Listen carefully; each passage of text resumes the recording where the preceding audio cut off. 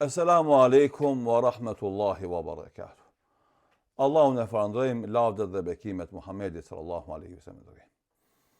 Sot është dita e fundit e vitit 1446. Nesër fillon viti i ri, 1447 nga hijreti pejgamberit sallallahu alaihi wasallam. Fundet e vitit janë momente reflektimi, analize, meditimi për atë që ka shku, për atë që është dhe për atë që do vjen. Dhe dje, duke lexuar diçka, më rastisi që të lexoj një shkrim nga një prej hoxhallarëve të bereqetshëm në shkrimet e tija, i cili pas vetes kalon një numër të madh të librave, trashëgimi akademike, intelektuale për breza që vinë mas. Sheikh Ali Tantawi rahimahullahu taala. E kishte bërë një përshkrim shumë të bukur dhe doja ta ndaj me ju, pasi që përktheva në gjuhën shqipe dhe e publikova diku në rrjetet sociale apo në faqet e internetit. Sheikh Ali Tantawi rahimahullahu taala thotë kështu: një vit i ri, përsiatje mbi kohën, jetën dhe fundin ton të pashmangshëm. Kur ula për të shkruar këtë kapitull, nuk isha ndonjë temë të caktuar në mendje. Por sytë mundale në kalendarin e varur në mur ku dallova shënimin dita e parë e muajit Muharram. Ishte dita që shënon fillimin e një viti të ri sipas kalendarit islam. Dhe në mënyrë të pashmangshme kuptova se një vit tjetër kishte përfunduar. Një natë e zakonshme kishte mbyllur përgjithmonë një segment të jetës sime. Ashtu si udhëtari që përfundon një etapë të rrugës dhe ndalet për të marrë frymë, edhe ne ndalemi sot për të parë që kemi lënë pas dhe që na pret përpara. Ashtu si tregtari që mbyll vitin financiar dhe llogarit fitimet dhe humbjet, edhe ne duhet të bëjmë bilancin ton, çfarë kemi fituar dhe çfarë kemi humbur. Kjo ditë është një ndalesë, një stacion në rrugtimin ton të përditshëm. Jeta na jep raste si këto për të reflektuar. A nuk ja vlen të ndalemi për një orë, të mendojmë thellë, të kujtojmë, të llogarisim dhe të nxjerrim mësime? Sot është dita e parë e një viti të ri. Para ne shtrihet një rrugë e gjatë me mundësi për punë, ndërtim, përmirësim. Nëse e shfrytëzojmë, do të bartim me vete si një bagazh të vlefshëm për jetën tjetër. Do ta bartim si bagazh të vlefshëm për jetën tjetër. Por nëse e shpërdorojmë, do të humbë përjetësisht si dita që përfundoi mbrëm dhe nuk do rikthehet më kurrë. Ne gjithmonë mendojmë për të ardhmen. Por çfarë është ajo? Një vit më parë, në këtë ditë, edhe atëherë kemi thonë, kemi përpara një vit të tërë. Tani ai viti i njëjtë ka kaluar. Kujtoni ditën e parë të Muharremit të parë, 5, 10 apo 20 vitesh para kësaj dite. Ku janë ato ditë? Ku janë ëndrat e atyre viteve? Ku janë premtimet tona ndaj vetes sonë? Ku është si një mall që po na shitet me pakicë sekond pas sekonde? Kush nuk e punon tokën në sezon, nuk korr asgjë.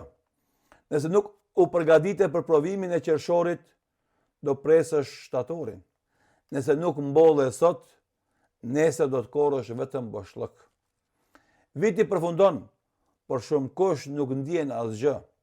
Mendon se ende është i gjallë, por nuk e kupton që një pjesë e jetës së tij ka përfunduar. Ashtu si punonjësi që merr pushim vjetor një mujor, nëse i harxhon 10 ditë në kotësi, ka humbur më shumë se një javë që nuk kthehet më. Çdo vit që ikën është një copë nga jeta që largohet përgjithmonë. Hap një revistë të vitit 1938.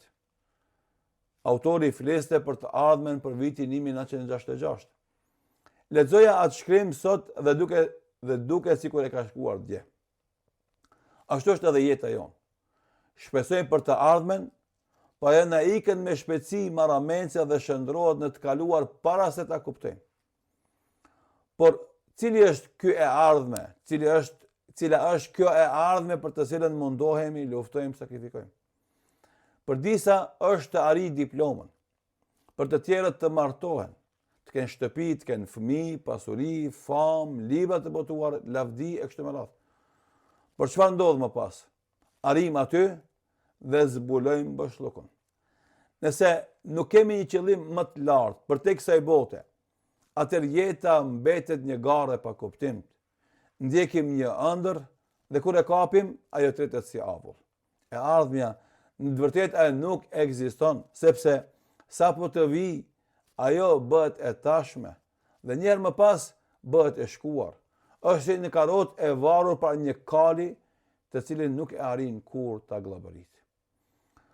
Po, këto ndoshta duken si filozofi, por janë të vërteta. Ne jetojmë në luks, në rahati, por harrojmë që po udhtojmë. Të gjithë jemi udhëtarë, por shumë prej nesh nuk kemi përgatitur bagazhet tona. Qejmë ushqimin në restorantin e udhëtimit, por nuk dim ku jemi nisur. Disa po nisën drejt Azisë, e disa drejt Evropës, e disa drejt përjetësisë. Sa njerëz pyesin veten, pse u krijuam? Për çfarë jetojmë? Ku po shkojmë? Ne e mbushim kohën tonë me zhurmë, me fjalë të kota, me argëtime e dëfrime. Nëse na lë vetëm një çast mendimi i thellë, ngutemi ta fshim me telefon, me shoqëri, me një libër të lehtë apo me ndonjë shaka, por kjo është vetë tradhti. E harrojmë vdekjen, edhe pse është para nesh në çdo moment. Na ftojnë në dasma, por nuk mendojmë për varret. Dëgjojmë për vdekjen e të tjerëve, por nuk dalemi të mendojmë se një ditë edhe ne do jemi lajmi i radhës. Të dashur besimtar, të dashur ndjekës, të dashur lezues, ne kalojmë ditët tona në pakujdesi, por ndoshta sot është dita për të ndaluar, të ndalemi si udhëtari në fund të etapës, të hapim regjistrin ton dhe të pyesim, çfarë kemi fituar e çfarë kemi humbur. Të themi, o Zot, falna për çfarë ka kaluar dhe ndihmona për çfarë vjen. O Zot, nëse ke shkruar për ne që të jetojmë, bëje këtë jetë një jetë të hajrit. E nëse ne ka shkruar vdekjen, na e përmbyll jetën me falje, me mëshirë dhe bashkim me besimtarët e devotshëm e të drejtë. O Allah, na i fal mëkatet tona, na i shlyej gabimet tona dhe na bashko me njerëzit e devotshëm në xhennet. Amin, amin, amin. Ishte një shkrim nga Sheikh Ali Tantavi, rahimullahu taala, të cilën doja ta ndaj me ju, një këshill, një porosi, një mesazh reflektimi, një dridhje të mendjeve tona, dridhje të zemrave tona, thjesht këtë kjo që na të mbushim kohën që kemi në disponim me vepra të mira, të cilat do i marrim me vete edhe atë ditë ku do na fusin në varr pa asnjë gjë prej kësaj bote, e këto vepra të mira që na i bëjmë gjatë këtyre ditëve të viteve që jetojmë, do na shoqërojnë edhe në varr dhe do vinë me ne edhe në jetën e përtejme, në jetën e ahiretit inshallah taala. Allahu na i fal mëkatet, Allahu na ndihmoft në zbatimin e urdhnave të Zotit, na inspiroft që të jemi shembull i mirë për familjet tona dhe popullin përgjithësi. Allahu i madhëshëm na mbuloft me mëshirën dhe bekimet e tija këtë botë dhe në ahiret. Zoti ju shpëlbojë. Assalamu alaikum wa rahmatullahi wa barakatuh.